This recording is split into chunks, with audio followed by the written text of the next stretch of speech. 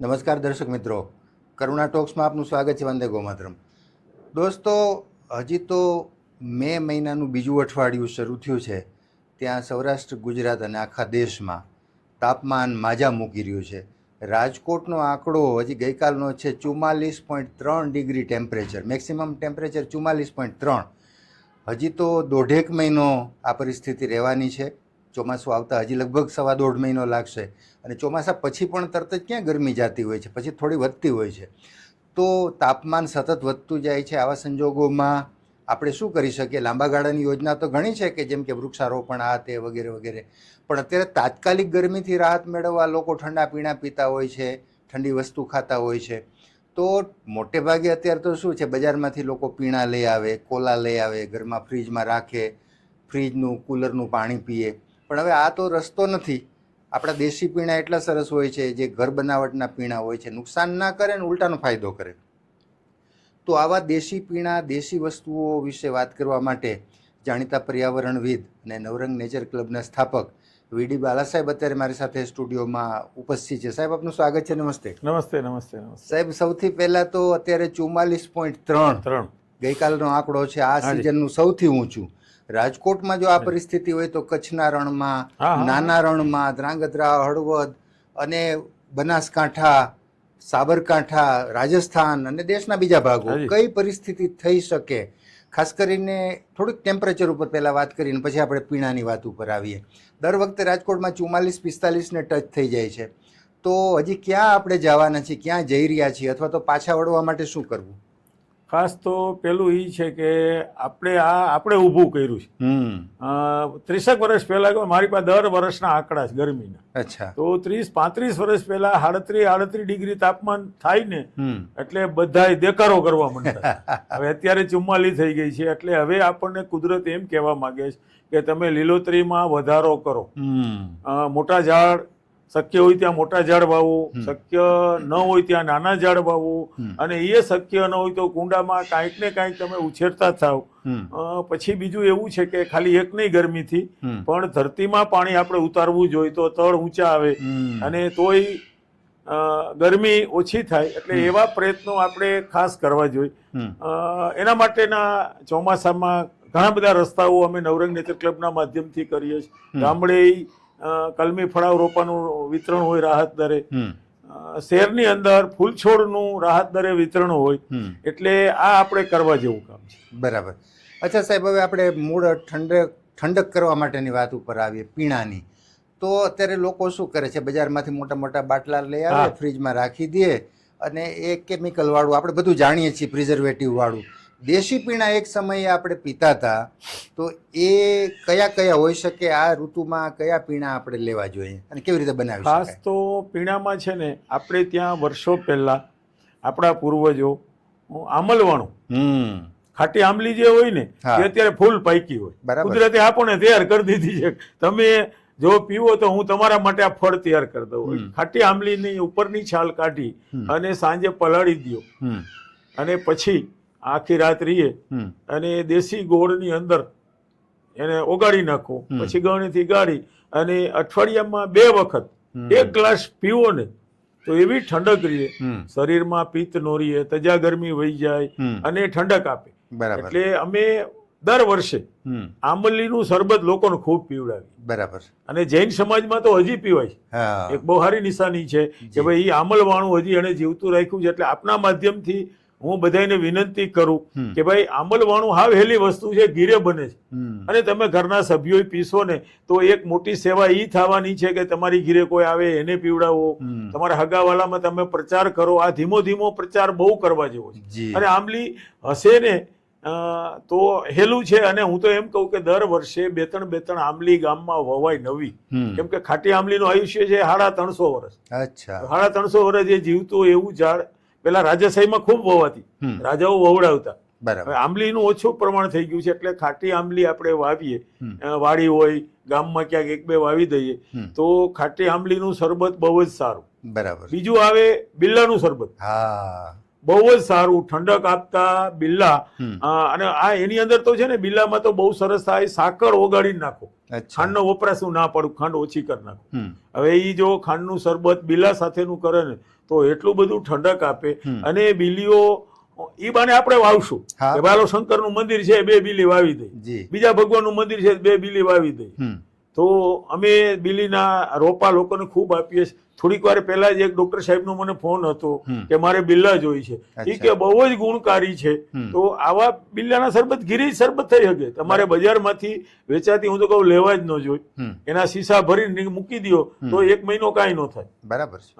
પછી આવે અમે આ વર્ષે છેલ્લા 2 વર્ષથી શરૂ કર્યું છે તારફળ કહેવાય. અચ્છા. દક્ષિણ ગુજરાતની અંદર અને સોમનાથની આજુબાજુ દરિયાકાંઠે તાળી થાય ઊંચી ઊંચી, એમાં જે ફળ આવે ને તાળ ગોળાકીએ, કુદરતે ગરમીના દુશ્મન તરીકે એને સ્વીકાર્યું છે. એના એમાંથી છે ને કોઈમાં 2 પેશી આવે, કોઈમાં 3-4 પેશી આવે, અંદર પેશી ખૂબ ગરમ હોય. અને એ પાચન ક્રિયા માટે તો બહુ જ સારું છે. મેં એનું વાંચ્યું ને બધું, તો પાચન બહુ સરસ થઈ જાય છે. ગરમી લાગવા જ ન દઈએ એ પેશી તમે ખાઓ. તો અમે નવરંગ નેચર ક્લબની ખેડૂત આટમાં છેલ્લા 2 વર્ષથી ઉષાબેન વાઘેલા કરીને છે, મેં તપાસ કરી 2 વર્ષ પહેલા કે ભાઈ આનું મોટું સેલ કોણ કરી શકે છે. એને 2 દીકરીઓ, એનો વર, એનો છોકરો, પોતે 5 જણા. હવે મારે ખેડૂત આટમાં આખી રિક્ષા ભરીને આવે સાહેબ. ઓછામાં ઓછા 400 નંગ હશે, 400 નંગ ખલાસ થઈ જાય, વેચાઈ જાય. એટલે લોકોને અમે ખાસ કહીએ કે ભાઈ તમે આ કરો. બીજું વરિયાળીનું શરબત બહુ સરસ થાય, ધીરે બને. અને હું તો એમ કહું આ શરબતો બનાવું ને એમાં બહુ ઠંડો બરફ નહીં નાખો. અમે તો નાખતા જ નથી, કેમ કે આપણા મનમાં એવું છે કે બરફ બહુ ઠંડક કરે, બહુ ઠંડક કરે, પણ આ કુદરતી ઠંડા છે ને, તમે પી શકો. બીજું એક બહુ સરસ થાય તકમરિયાનું ફાલુદા. અમે તકમરિયાનું શરબતે પીવડાવી. અમે શું છે અઠવાડિયે એકાદ અલગ અલગ શરબતો લોકોને પાઈએ અને પછી વિનંતી કરીએ કે ભાઈ આ ઘીરે બની હગે એવું છે, તમે બનાવો. તો ઉનાળાની અંદર જે આ શરબતો છે ને એ બહુ જ સારા. તરબૂચનું શરબત એ બહુ સરસ થાય. તરબૂચનો ગરબ કાઢી અને એમાં હાકર થોડીક નાખી દો, ન નાખો તોય ઠંડુ, બહુ ગળ્યું હોય એવું થાય. કેરીનો બાફલો બહુ જ સરસ થાય.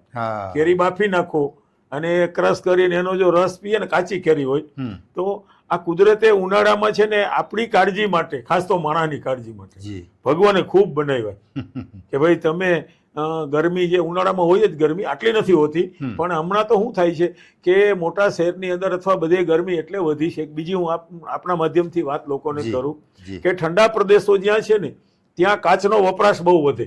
બિલ્ડિંગની અંદર, ઓફિસોમાં મોટા મોટા કાચ રાખે. આપણે ત્યાં આવા ગરમ પ્રદેશમાં કાચ રખાય જ નહીં. કાચ છે ને ગરમી લઈ લઈએ, ઘણીકમાં છોડે નહીં. એટલે આપણે ત્યાં કાચનું પ્રમાણ બહુ વધ્યું છે. બરાબર. તમે ઓફિસો જોવો ને, મોટી મોટી મકાનો, ઓફિસો, કાચની બારીઓ, કાચના શો માટે બહુ આપણે કરીએ છીએ. એટલે ગરમી વધવામાં એક કારણ એ ખરું છે. બરાબર. જી સાહેબ, એક ગામડામાં ગોળનું પાણી પીવાની એક પરંપરા છે. તડકામાંથી આવે એટલે ગોળ પલાળી અને તરત જ 2 મિનિટમાં તૈયાર થઈ જાય. અને એમાં કંઈ બરફ વગેરે નાખવાની જરૂર નથી. માટલાનું ઠંડુ પાણી, એમાં ગોળ ઓગાળી નાખે અને 1 ગ્લાસ 2 ગ્લાસ પી જાય તો તરત જ ગરમીમાં રાહત. અને દેશી ગોળ છે એ આમે બહુ ફાયદામંદ, બહુ હેલ્ધી છે. એમાં એ છે એટલે ખાસ તો એ તમે વાત કરીને એ બહુ સારું છે. એટલે આવા 8-10 પીણા છે કે ઘીરે બેઠા આપણે આરામથી બનાવી શકીએ અને એને આપણે જીવંત રાખશું ને તો લાંબા ગાળે માનવ જાતને ફાયદો છે. બરાબર. બજારમાં તમારે લેવાનો સાહેબ અત્યારે આ કેમિકલ વાળા પીણા લોકો ખૂબ પીએ. મહેમાન આવે ને તો એ પીવડાવે, અરે ભાઈ હું કરવાનું પીવડાવું છું. બીજું એક બહુ સરસ અમે કરીએ મધનું પાણી. મધે અમે બહુ સસ્તું આપીએ, 208 કિલો. હવે મધનું પાણી પીવે ને એમાં થોડુંક લીંબુ નાખી દો તો તરસ છીપાતી ન હોય ને ઉનાળામાં, તમારે તરસ છીપાઈ જાય, એટલે સંતોષ થઈ જાય. એટલે ઉનાળામાં હું તો કહું એકાદો ગ્લાસ દરરોજ મધનું પાણી જો પીવો, 4-5 ચમચી પાણી નાખી દો ગ્લાસ, 1 ગ્લાસમાં, અને તમારી અનુકૂળતા મુજબ લીંબુનો રસ નીચોવી દો તો શરીર માટે ખૂબ સારું છે. બરાબર. બીજું લોકોને ટેવ છે સાદું પાણી પીએ તો એ કુલરનું પાણી પીએ, ફ્રીજ કોલ્ડ પાણી પીએ, અથવા બરફ નાખીને પછી ઓગાળીને એ પાણી ઠંડક કરવા માટે થઈને કૃત્રિમ જે ઠંડકનો આશરો લોકો લે છે. હવે માટલાનું પાણી હોય છે, જે દેશી માટલા આપણે જવતા હોય, ઉનાળામાં તો કેવા સરસ માટલા આવે અને એ 2-3 દિવસ પાણી ભરી રાખો એટલે જવે, પછી જે ઠંડક થાય છે. તો લોકોને પાણી પીવાની આદત પણ મને લાગે છે કે બહુ જ ખોટી છે. ક્યાંય પણ આપણે જઈએ તો સીધું કુલરનું પાણી અથવા ફ્રીજનું પાણી આવે છે શીશા ભરેલા. તો થોડું માટલાનો વપરાશ વધારી અથવા દેશી જે આપણી અસલ ઠંડક કરવાની જે પદ્ધતિ છે એવું પાણી પીવું જરૂરી નથી? હા, બહુ જ જરૂરી છે. આ તમને ખુશી થાય, અમે સ્કૂલોમાં શેરી રમત રમાડીએ ને ત્યારે બાળકોને આ ખાસ વાતો કરીએ. અચ્છા. કે ભાઈ તમારે બને ત્યાં સુધી બરફવાળું પાણી પીવું નહીં. હજી ગામડામાં ઘણી જગ્યાએ, સિટીમાં થોડીક જગ્યાએ દર વર્ષે નવું માટલું લઈએ.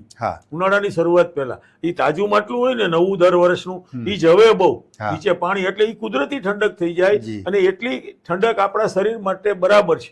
એથી વધુ ઠંડક શરીર માટે અઘરું થાય. પાચનની ક્રિયાઓ જે બધી છે ને એમાં બહુ જ તકલીફ ઊભી થાય. એટલે અમે બાળકોને તો ખાસ કહીએ છીએ. પણ તમે આજ યાદ કરાવ્યું એટલે તમારા માધ્યમથી, તમારી આ સંસ્થાના માધ્યમથી હું બધાને વિનંતી કરું વડીલ તરીકે કે ભાઈ આવો કાળઝાળ ગરમીનો ઉનાળો છે ને તો આપણે એ રીતે જીવીએ જે આપણે બધી વાતો કરી એનો અમલ કરીએ. આપણા પાડોશીને, આપણા હગાવાલાને, હવે તો સોશિયલ મીડિયા છે કે ભાઈ તમે અમલવાનું કર્યું તો સોશિયલ મીડિયામાં તમે એક ક્લિપ બનાવી, રીલ બનાવીને મોકલો કે ભાઈ અમે પીએ છે તમે પીવો. તકમરિયાનું એવું આ બધું ઘણું બધું થઈ શકે એમ છે. અને આને હું એક દેશ સેવા કહું. દેશ સેવાનો એક ભાગ છે કે આપણું જે કલ્ચર છે, આપણા પૂર્વજોએ હજારો વર્ષની મહેનત પછી આ પરંપરા ઊભી કરી, સંસ્કૃતિ ઊભી કરી, તો એને આપણે જીવતી રાખવી જોઈએ. આ ખાલી આપણે ગામડાની સંસ્કૃતિ કહીએ છીએ, શેરવાળાએ અપનાવી શકે ને. તમે હું કોણ નથી અપનાવતા ભાઈ? મોંઘા મોંઘા પીણા પીવો અને તો ઘીરે જ આવા પીણા બનાવીએ, મહેમાનોને પીવડાવીએ. હું તો એમ કહું કે આવા કાળઝાળ ઉનાળામાં છે ને સેવાના ભાવના રૂપમાં કે ભાઈ બિલાનું હું 10 બિલા લઈ આવ્યો છું, 50 ગ્લાસ આડોશી પડોશી પીવડાવું. ઘણા લોકો છાશે પીવડાવે, એ સારી વસ્તુ છે કે તમે છાશ પીવડાવો ને તો આવી આપણી બધી પરંપરાઓ જીવતી રહીએ અને કાંઈ બહુ મોટો ખર્ચોય નથી. જી સાહેબ, નવી પેઢી ખાસ કરીને જે યુવાનો છે એને ફાસ્ટ ફૂડ ને બધું બહુ ભાવતું હોય છે. જો કે આજે આપણો ભોજનનો વિષય નથી એટલે એમાં બહુ નહીં જાય, પણ એ લોકો સેન્ડવિચ ખાય તો એના પૈકી કોલા મગાવે, પીઝા ખાય તો એના પૈકી કોલા મગાવે, હવે એ વચ્ચે પિતા સિંગ ખાય તો એના પૈકી કોલા મગાવે. હવે દેશી સિંગ સારી પણ એના પૈકી કોલા લેવી જરૂરી છે? બજારું પીણા આ પ્રકારના પ્રિઝર્વેટિવ વાળા, કલર વાળા, સેક્રીન ને બીજું ઘણું કેમિકલ, તો દરેક વસ્તુમાં કોલા ઉમેરવી, ભોજન ભેગી કોલા. હવે આ તો ફિઝિકલી અને મેન્ટલી બેમાંથી એકેય રીતે યોગ્ય નથી. આપણું મેડિકલ સાયન્સ એ ના પાડે, આયુર્વેદ ના પાડે છે. પણ એની સાથે જમવા સાથે કોઈ આવા પીણા, જેમ કે તમે જુદા જુદા જ્યુસ કીધા, તરબૂચ છે વગેરે, કેરીની વાત કરી, એ રીતે નારંગી, મોસંબી, એના પણ સરસ, લીંબુનું પાણી લઈ શકાય, છાશ લઈ શકાય. તો એ લેવાને બદલે આપણે દરેક જમવા ભેગા કોલા પીણા લઈએ, એ કેટલું યોગ્ય છે? જરાય યોગ્ય નથી. હું તો ખાસ એમ કહું, ઉંમર મોટી હોય એ જ મોટા ભાગે કરતા હોય છે, કોલેજ કરી લીધી હોય એવા લોકો, તો એને ખરેખર સમજવું જોઈએ કે આપણે જે આ કરીએ છીએ ને એમાં બીજા શીખી અને વધતું જ જાય છે. સાહેબ ક્યાંક જઈએ ને પ્રવાસમાં, બસ ઉભી રહીએ ને તમે કહો છો એમ કરે, થમ્સઅપ મગાવે, એમાં સિંગ નાખે અને પછી પીવે. અરે ભલા માણા લચ્છી પીને બાપા તું બીજું ઘણું મળે છે. તો ખાસ તો હું બધાને વિનંતી કરું યુવાનોને કે ભાઈ આપણે જે કરીએ ને આપણે કરીએ, આપણું જોઈને બીજા અમલ કરે ને એથી લાંબા ગાળે સિસ્ટમ કુદરતની બહુ નુકસાન થાય, આપણી પરંપરાને નુકસાન થાય. તો આપણે એવું જીવીએ કે આપણામાંથી બીજા કોક સારું શીખી અને આપણી જે સંસ્કૃતિ છે એ વધુ બળવાન બને. આપણા નાના નાના બાળકો, ધારો કે મારા ઘરની અંદર બીલા શરબત થાય તો અમારા નાના જે બાળકો છે એ જોવાના છે, મોટા થશે તો ધીમે ધીમે એ થવાનું છે. અમારી ઘરે કોઈ મહેમાન આવે ને તો અમે શરબત પીવડાવીએ, બીલાનું શરબત હોય, મધનું પાણી હોય, છાશ પીવડાવીએ, શેરડીનો રસે ચાલે. હવે એ ઘીરે અત્યારે છે ને, અમે એક હમણાં ગયો તો જામકંડોળા, એક મિત્ર શેરડી દર વર્ષે વાવે અને હાથ બનાવટનો હંચો બનાવ્યો, શેરડી રસ કાઢવાનો, લોખંડનો. એ તમે ફેરવો ને એટલે કઈ મોંઘો નથી આવતો, 400-500 રૂપિયાનો જ બનાવી દે. તો એ ઘીરે રાખે, શેરડીનો રસ તાજે તાજો આપણી હાજરીમાં. ઇવન કે ઉનાળામાં મારી વાડીએ કેટલાય આવવા વાળા હોય, સામે જ ફોન કરે. જામકંડોળામાં ભરતભાઈ સતાસિયા છે અને એ આવું કરે છે. તો આવું હેલું છે, થઈ શકે એવું છે. જી સાહેબ, ખૂબ ખૂબ આભાર. તમે વ્યસ્તતા વચ્ચે પણ અમારા સ્ટુડિયોમાં આવ્યા અને ખાસ કરીને આવો ભારે ઉનાળો, 44 ડિગ્રી તાપમાન થઈ જતું હોય ત્યારે દેશી પીણા, ઘર બનાવટના પીણા, શરીર માટે ઉપયોગી પીણા કેમ બનાવાય, કેવી રીતે પીવાય, કયા કયા પીણા પી શકાય, બહુ જ સહેલું છે, બહુ જ સસ્તું છે અને શરીર માટે, સ્વાસ્થ્ય માટે પણ સારું છે. એની સરસ વાતો કરી. તમારો ખૂબ ખૂબ આભાર. મિત્રો, ફરી પાછા કોઈ નવી વાત સાથે, નવા વિષય સાથે, નવા વિષયના નિષ્ણાત સાથે મુલાકાત કરશું. ત્યાં સુધી રજા આપશો.